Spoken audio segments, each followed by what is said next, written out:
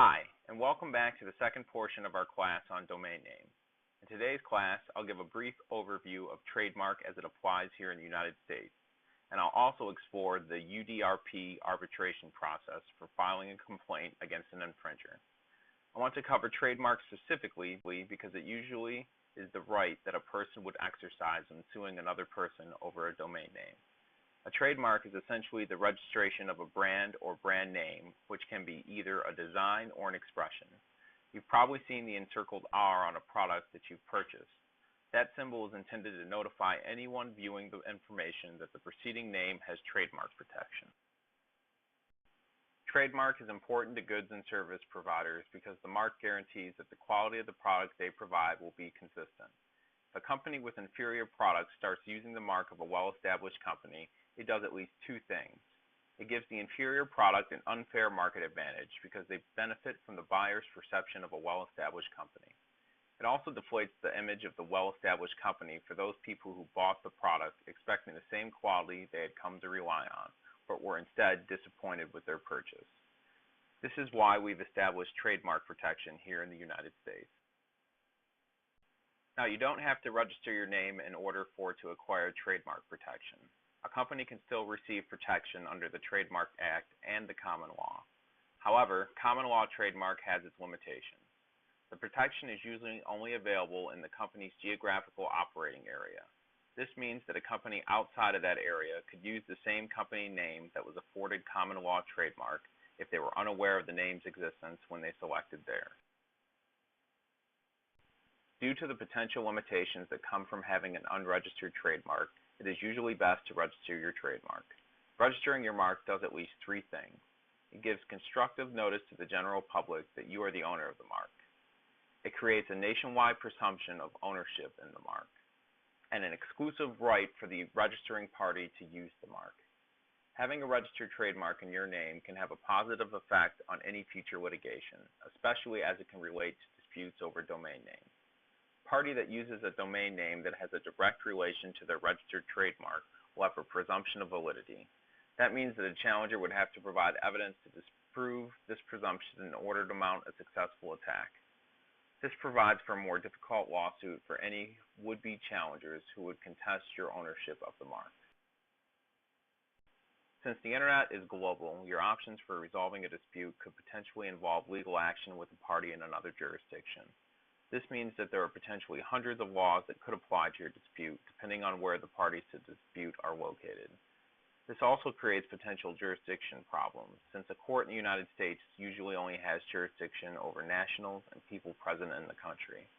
In other words, the court may not have the power to bring the person you've sued before it. Without this power, it is unlikely that the foreign national you have sued will travel to the United States voluntarily to face the lawsuit.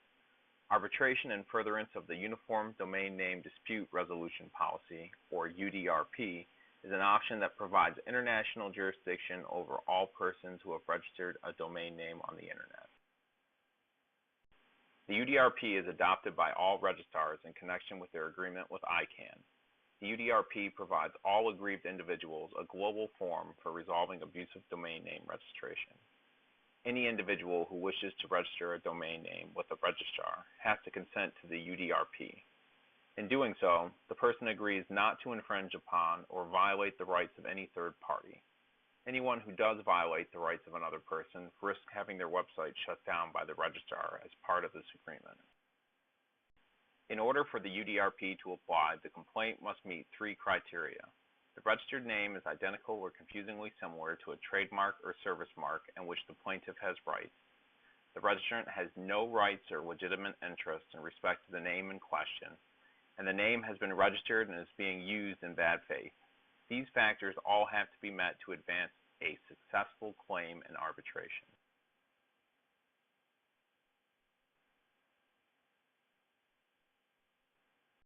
The UDRP applies to generic TLDs such as .biz, .com, .info, .mobi, .name, .net, and .org. but only applies to country code TLDs if those countries have voluntarily adopted the UDRP. The UDRP calls for mandatory arbitration, but this does not prevent a party from filing a lawsuit in a court of competent jurisdiction. A lawsuit can be filed before advancing an arbitration claim through the UDRP, or after a decision has already been issued by the arbitration panel. The registrars will enforce a United States court order that reverses the decision of the arbitration panel if the court action was filed after the arbitration decision. Arbitration has its advantages when compared with litigation. It is usually a much faster and cost-effective process. In addition, you can choose to have your issue decided by a panel of 3 highly qualified individuals. If the complaint is decided in favor of the plaintiff, the panel can either transfer the domain to the prevailing party or cancel the domain. One of the only drawbacks of the process is that monetary awards are not available as a possible remedy. If a party is seeking some sort of monetary relief, a lawsuit would have to be filed against the offending party.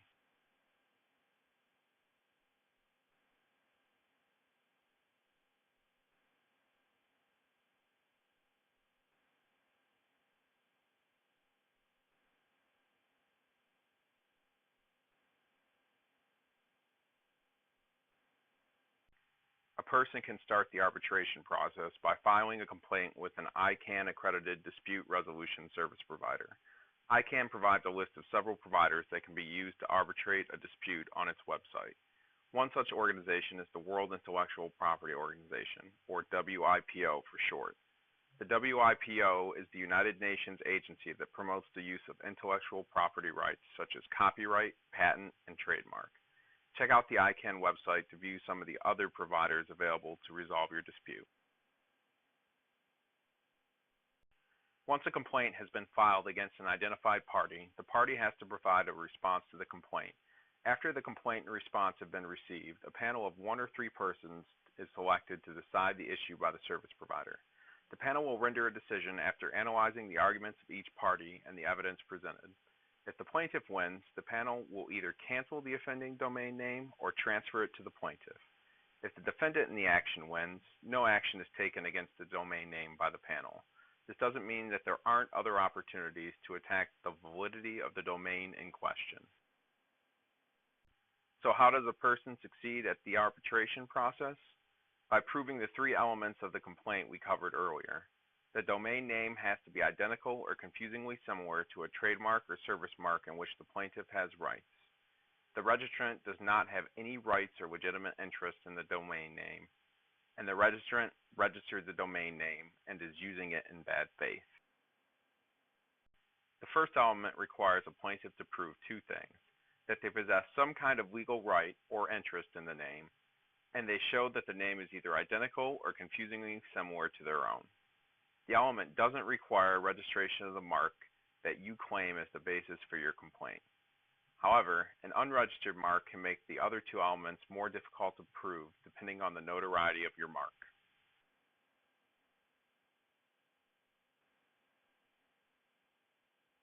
The second element requires a plaintiff to prove that the defendant doesn't have any rights or legitimate interest in the domain name. Those rights could include trademark registration or other intellectual property rights granted by a governmental agency. In a situation where one of the parties is not from the United States, the panel will consider registration in foreign countries as well in deciding this element.